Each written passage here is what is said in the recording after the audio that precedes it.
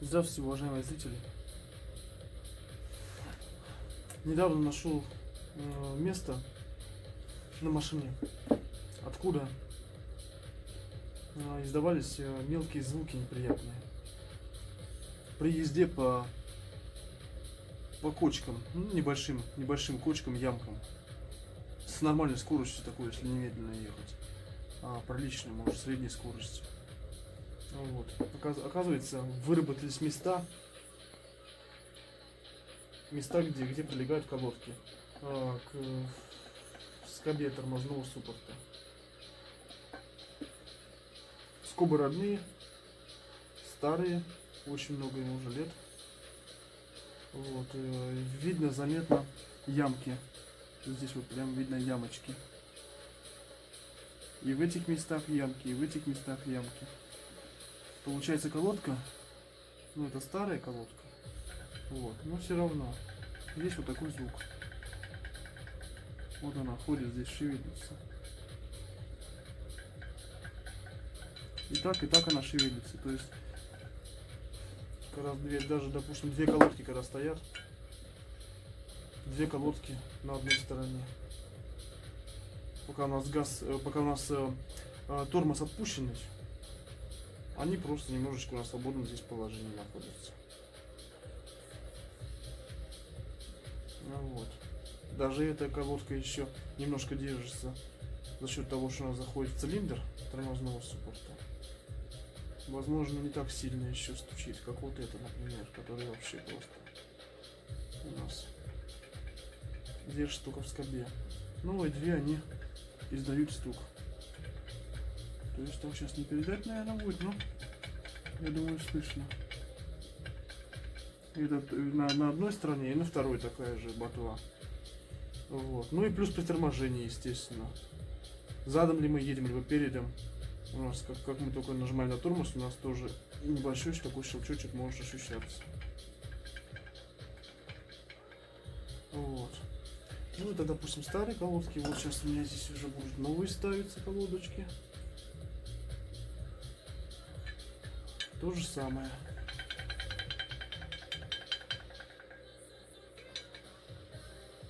То есть стерто получается и вот это местечко, и плюс вот эти вот стерты. Вмятинка тут такая, ну, может, с полмиллиметра. Получается, по полмиллиметра с двух сторон миллиметр у нас болтается. Так что сейчас будем подгонять к этим колодкам, чтобы было прям минимальный зазор, чисто для смазки. Ну, как мы это сделаем? Путем сварки. Сейчас мы наварим здесь немножко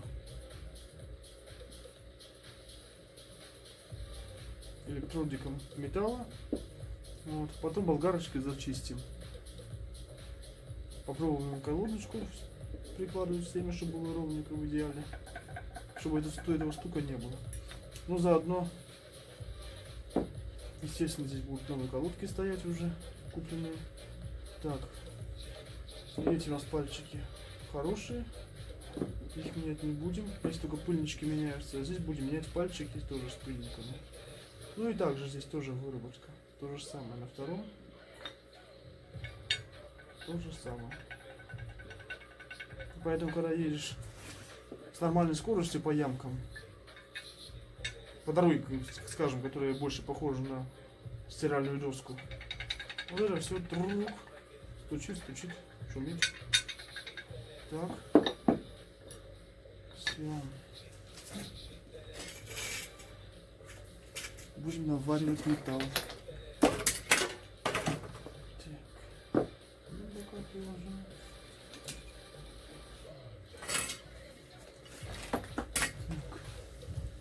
Спускаем нашу балалайку.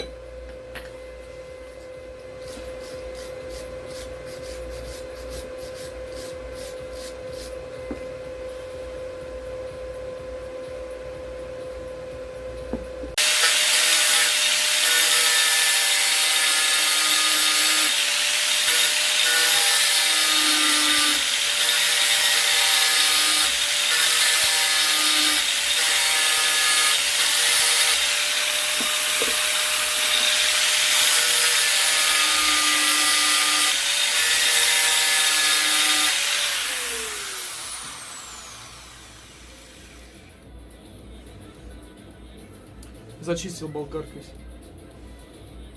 наплавленный металл, сравнял. Все местечки эти.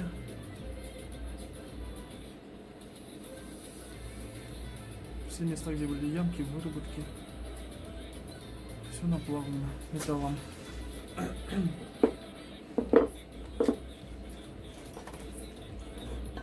Теперь у нас колодочки здесь имеют небольшой люфт совершенно, совсем чуть-чуть оставленный. Люфт именно специально для, ну не люфт, а зазорчик оставленный, небольшой специально для теплового расширения. Так колодки сильно нагреваются. Если сделать прям вплотную, то их будет клинить просто-напросто. По щупу замерил, осталось здесь у меня 0,15-0,20 миллиметра, а было 0,8 выработка. С учетом выработки было 0,8, осталось 0,15-0,20. Вот. Надеюсь, что стука такого уже не будет. Эти буквально чуть-чуть они вот ходят здесь свободно. И минимальный зазорчик. Так. Пальчики эти надо будет поменять. Здесь пальцы хорошие, без раковин, без ржавчины. А здесь, походу, смазки не хватало. Заржавели и выработались. Вот видно выработка. Здесь у меня два приготовлено пальца.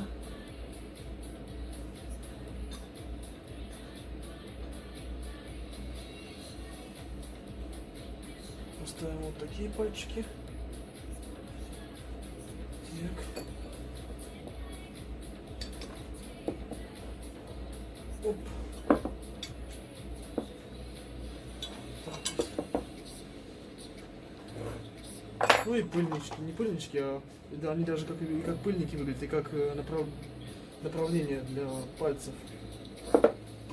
Резинки тоже новенькие ставятся будут.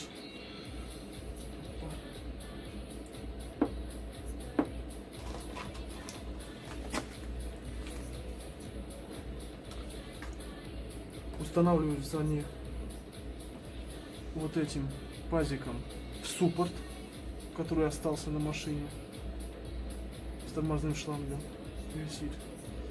Вот. А в это место скоба уже вставляется. Удобная схема на самом деле. При износе просто меняется копеечный этот ремкомплект, пальцы вместе с этими, с втулками. И все.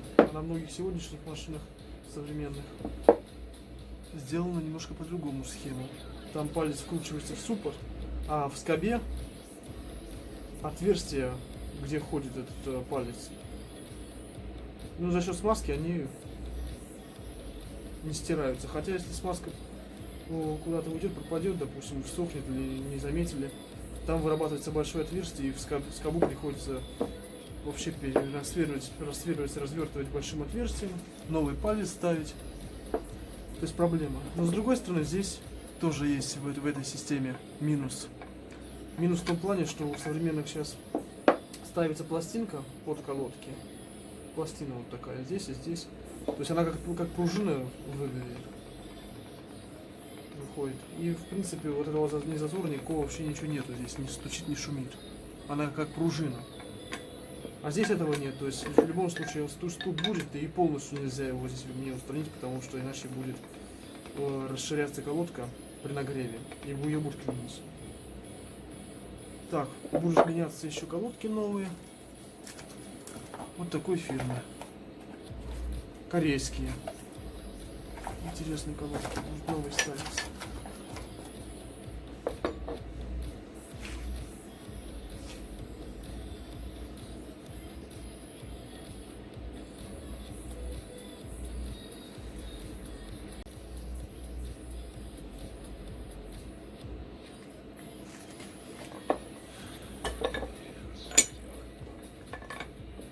Теперь свободно перемещаются, и при этом люфт минимальный.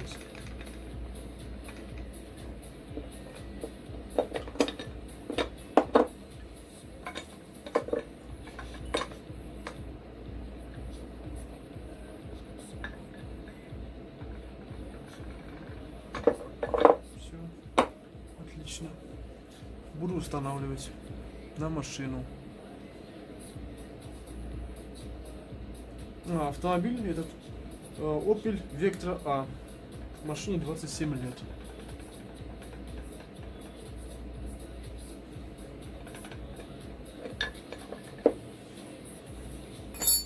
Все, до новых встреч. Всем спасибо за просмотр.